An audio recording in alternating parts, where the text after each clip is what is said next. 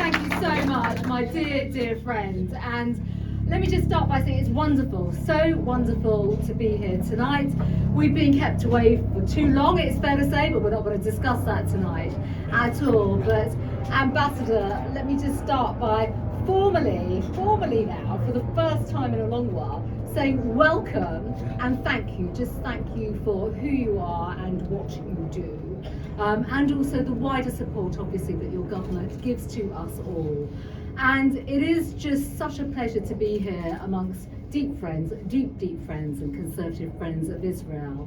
And with that, of course, I speak very personally. Obviously, Israel is deeply personal to me. Many of you know why, my own upbringing, I'm a North London girl. But importantly, in my role as Home Secretary, I am a strong supporter, you may have gathered, as well as a strong defender of Israel. And of course, we'll be celebrating independence as well, the 74th anniversary of Israel as an independent state. And we should take great pride in that as well.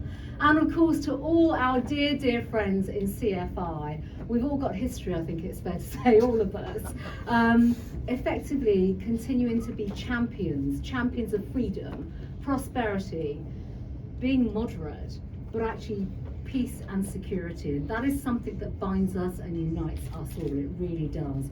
And of course it is creating those sustainable bonds between our countries, but also our people, and much more domestically, our people and communities. Absolutely is where we are, and we will continue to do that for years to come. So I think first of all, for friends in CFI, I just say a personal thank you, and it's great to know that the delegations have started to go back out. The 2019ers are getting a taste of what it's like to get out of Parliament. We welcome more of that, please. I'll give you lines to take and all the legislative information you need for future trips. But I think, look, what really endures us both between our great nations is obviously the shared values, the unwavering belief in freedom, democracy and security. And of course, I am a believer in those shared interests in particular. Eric has already mentioned the proscription last year of Hamas. I'm quite unapologetic about that, actually, it's fair to say. But the proscription of Hamas in its entirety, and the fact that we've done it in its entirety is increasingly important, because that includes its political wing, which was not just the right thing to do, but actually I believe it was a moral imperative. And of course, Hamas, as our ambassador has said already, has been long involved in many aspects of significant terrorist violence that has undermined the fabric of peace and relations and democracy, but also the significance of its own terrorist capability, including weaponry, absolute weaponry. So we've made that decision for the right reasons. Hamas itself participates and promotes and encourages terrorism. And we can never, and I don't say this lightly, friends, we can never tolerate extremism, because that absolutely erodes the fundamental rock of security, and with that, peace and prosperity. We must never let that happen.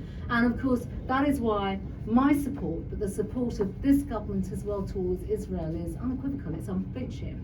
And we will continue to send out the strongest messages around zero intolerance towards terrorist activities, but also the type of activities that are deliberately aimed and targeted at hurting the state of Israel, Jewish communities and the people of Israel. And I think we all extend our sympathies and condolences to those families who we have seen in recent weeks that have been subject to the most appalling attacks. And with that, of course, we will always protect the public and the international community. And I'm very proud actually of the leadership role that Britain has had in terms of fighting that global fight against international terrorism. Now, it goes without saying that I have a strong affiliation, but actually it's more than that, a strong affection for the Jewish community in the UK, but also the Jewish people around the world.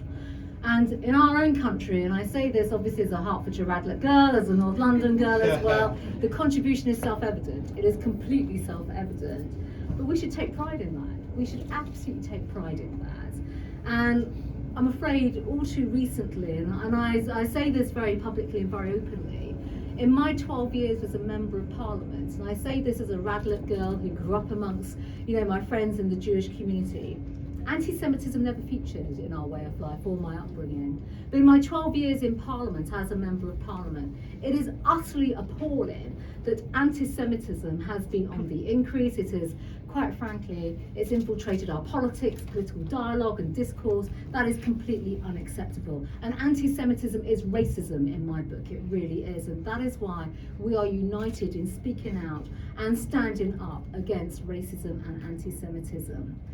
Racism as well has permeated all walks of public life and political life. And as we know, holding the Jewish community collectively responsible for what happens in the Middle East, by my definition, is racist. The BDS movement, everything we have seen around the BDS movement is racist. The anti-Semitic troops, the cartoons, the chants. And I was actually in Baker Street. I was there watching the convoys come down literally the Finchley Road. I could hear them. I could absolutely hear them. The chants, the flag waving. And of course, I will absolutely say there is so much more that we need to do collectively in terms of policing and security domestically. Of course, we will continue to do that. But with that, of course, the Jewish community has a right to freedom, protection, and free speech. And with that, of course, we do have some of the most toughest laws in that entire area. So look, I just want to conclude my remarks this evening by really thanking you all for your love, your affection, your stamina, the conviction, the determination that you all hold dearly. Never ever let that go, despite the doomsters, the detractors, the people that are propagating what I call racism and anti-Semitism. We will stand stronger together and we will stand up against them. Our two great nations, and the Ambassador has said this so well, in fact, in all our discussions, but also, Ambassador, if I may say so, in all your public work as well.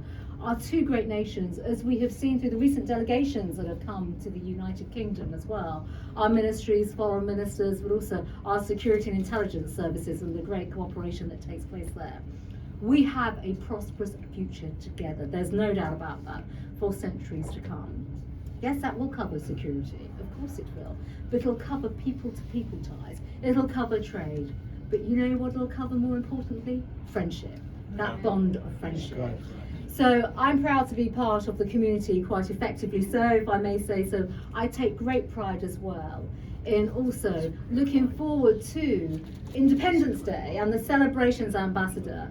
So this is my attempt now as well to say Happy Independence Day, Yom Hamad Sameach, and I wish Israel a blessed and very happy Independence Day. Thank you.